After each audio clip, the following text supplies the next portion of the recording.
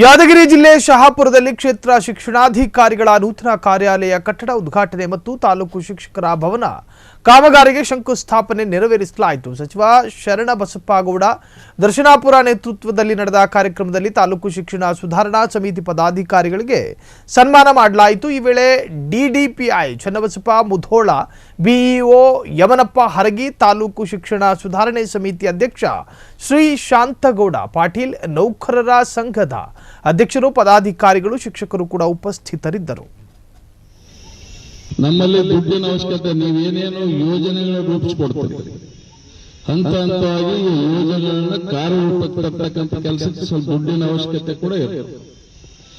ಅಕ್ಷರ ಆವಿಷ್ಕಾರ ಯೋಜನೆಯಾಗಲಿ, ನಾವು ಇನ್ಫ್ರಾಸ್ಟ್ರಕ್ಚರ್ ಕೂಡ ನಾವು ಅದಕ್ಕೆ ದುಡ್ಡು ಕೊಡ್ತಕ್ಕಂಥ ಕೆಲಸ ಆಗೋದು. ಮ್ಯಾಕ್ರೋದಲ್ಲಿ ನಾವು ಯಾವಾಗ ಬೇಕಾದ್ರೂ ದುಡ್ಡು ಕೊಡ್ತಕ್ಕಂಥ ಕೆಲಸ. ನೀವೇನು ಇವತ್ತು ತಾವೆಲ್ಲರೂ ನಿವೃತ್ತರಿದ್ದೀರಿ, ಇದರಲ್ಲಿ ಬಹಳಷ್ಟು ಆಸಕ್ತಿ ಕೂಡ ಇದ್ದೀರಿ, ಇದ್ರ ಪರಿಣತಿ ಕೂಡ ಇದ್ದೀರಿ. ತಾವೆಲ್ಲರೂ ಕೂಡ ಈ ಭಾಗದಲ್ಲಿರತಕ್ಕಂಥ ಮಕ್ಕಳಿಗೆ ಹೆಚ್ಚಿನ ಸಂಖ್ಯೆಯಲ್ಲಿ ಕ್ಷಣ ಕ್ಷಣದ ಸುದ್ದಿಗಳಿಗಾಗಿ ಫ್ರೀಡಂ ಟಿವಿ ಸಬ್ಸ್ಕ್ರೈಬ್ ಮಾಡಿ, ಲೈಕ್ ಮಾಡಿ ಹಾಗೂ ಫಾಲೋ ಮಾಡಿ.